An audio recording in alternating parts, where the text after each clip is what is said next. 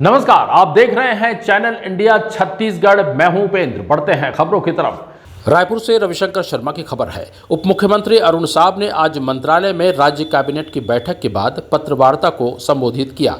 उन्होंने पत्रवार्ता में कैबिनेट की बैठक में लिए गए निर्णयों की जानकारी दी। आइए आपको बताते हैं डिप्टी सीएम अरुण साव ने क्या कुछ कहा। माननीय विष्णुदेव साय जी के नेतृत्व में सरकार बनने के बाद शिक्षा की गुणवत्ता में सुधार के लिए लगातार प्रयत्न किए जा रहे हैं और आज एक और महत्वपूर्ण निर्णय कैबिनेट की बैठक में मुख्यमंत्री माननीय विष्णुदेव साय जी के नेतृत्व में लिया है, जब हम अब मुख्यमंत्री शिक्षा गुणवत्ता अभियान का संचालन करेंगे।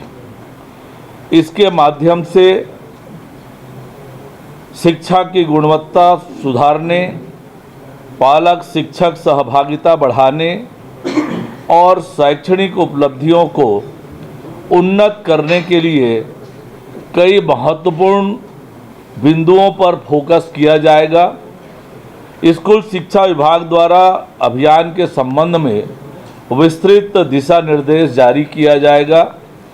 अभियान के तहत विद्यालयों का सामाजिक अंकेक्षण कर गुणवत्ता के आधार पर ग्रेडिंग की जाएगी। कमजोर शालाओं की नियमित मॉनिटरिंग विभिन्न विभागों के अधिकारियों और जनप्रतिनिधियों के माध्यम से सुनिश्चित की जाएगी। मॉडल शालाओं का चयन कर कमजोर शालाओं के शिक्षकों को वहां शैक्षणिक भ्रमण कराया जाएगा। पालक शिक्षक बैठकों पीटीएम के माध्यम से अभिभावकों की सक्रिय भागीदारी सुनिश्चित की जाएगी। विद्यार्थियों की शैक्षणिक उपलब्धियों में वृद्धि के लिए कक्षा शिक्षण प्रक्रियाओं में भी सुधार किया जाएगा। ये एक बड़ा निर्णय आज मंत्रिपरिषद ने लिया है। मंत्रिपरिषद द्वारा एक और ऐतिहासिक निर्णय आज लिया है, जो हम पारदर्शिता बढ़ाने की दिशा में जो लगातार काम कर रहे हैं, उसी को आगे बढ़ाते हुए आज छत्तीसगढ़ औद्योगिक भूमि एवं भवन प्रबंधन नियम 2015 में संशोधन करने का निर्णय किया। इसके माध्यम से अब औद्योगिक क्षेत्रों, लैंड बैंक तथा अन्य भूमि खंडों के आवंटन की प्रक्रिया में और अधिक स्पष्टता और पारदर्शिता आएगी।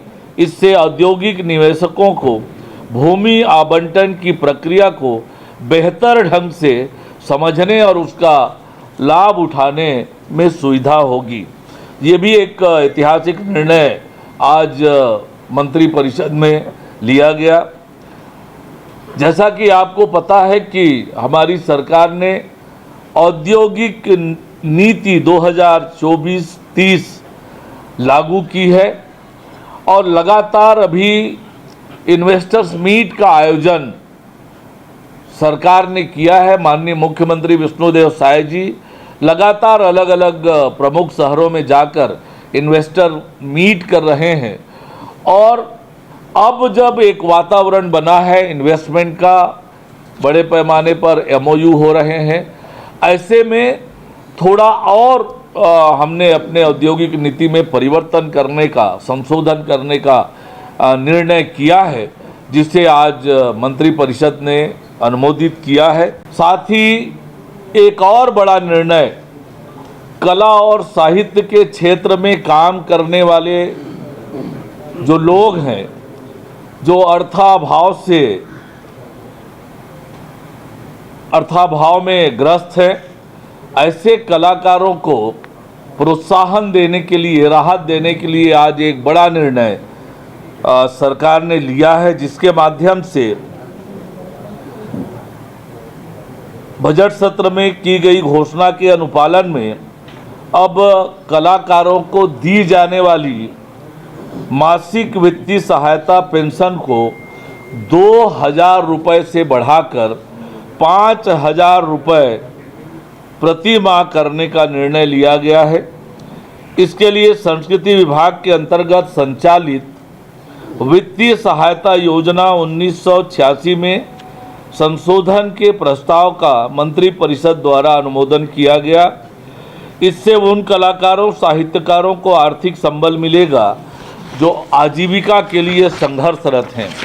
यह योजना 1986 में प्रारंभ की गई थी और तब न्यूनतम सहायता राशि 150 रुपये और अधिकतम 600 रुपये निर्धारित थी।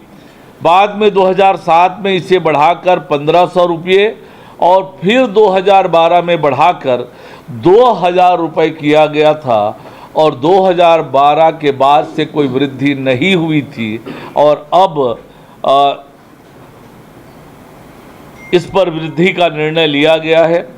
वर्तमान में राज्य में 162 साहित्यकार और कलाकारों को यह पेंशन दी जा रही है।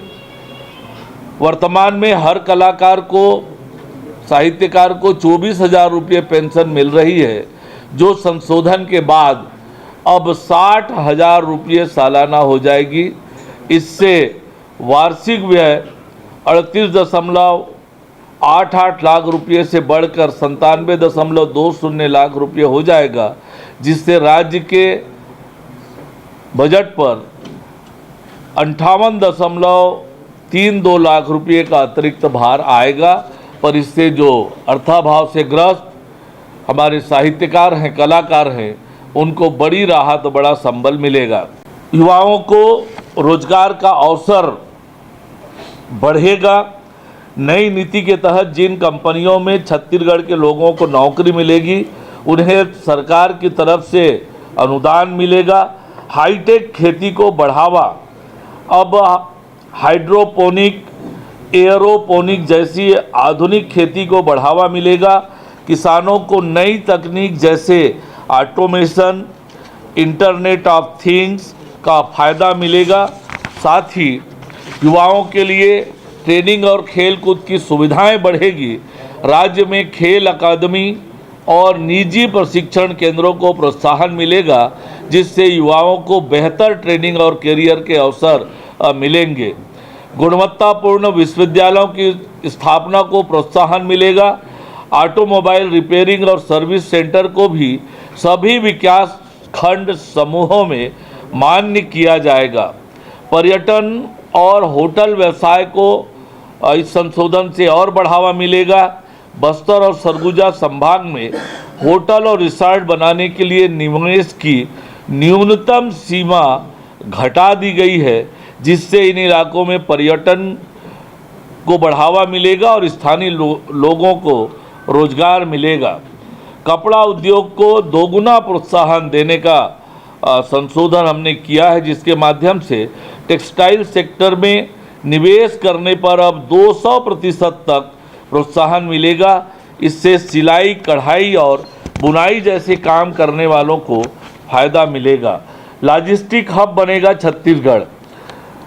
अब राज्य के हर हिस्से में माल ढुलाई और व्यापार को आसान बनाने के लिए नई लॉजिस्टिक नीति लाई जाएगी। इससे व्यापारियों को फायदा होगा और बाजारों तक पहुंच आसान होगी। दिव्यांगजनों को विशेष लाभ होगा।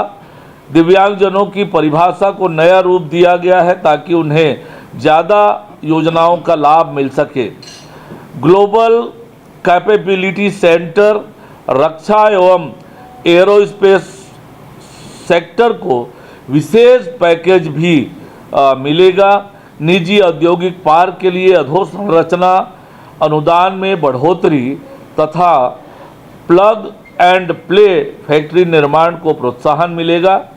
प्रदेश में ईज ऑफ लिविंग को बढ़ावा देने हेतु न्यूनतम 500 विद्यार्थी क्षमता के कक्षा 1 से 12वीं तक निजी CBSE मान्यता प्राप्त स्कूल एवं मल्टीप्लेक्स युक्त मिनी हॉल से वंचित प्रदेश के नगरीय क्षेत्र एवं नगरीय क्षेत्र से भिन्न विकासखंड मुख्यालय से 10 किलोमीटर की परिधि तक के क्षेत्र में प्रथम 3 इकाई को थ्रस्ट सेक्टर की भांति सम्मिलित किया जाएगा, जिससे उनको विशेष सुविधा मिलेगी और उन क्षेत्रों में भी ये सुविधाएं मिलेगी और वहाँ रोजगार के सृजन होगा और लोगों को अच्छी सुविधा विकास खंड मुख्यालय पर भी मिल पाएगी।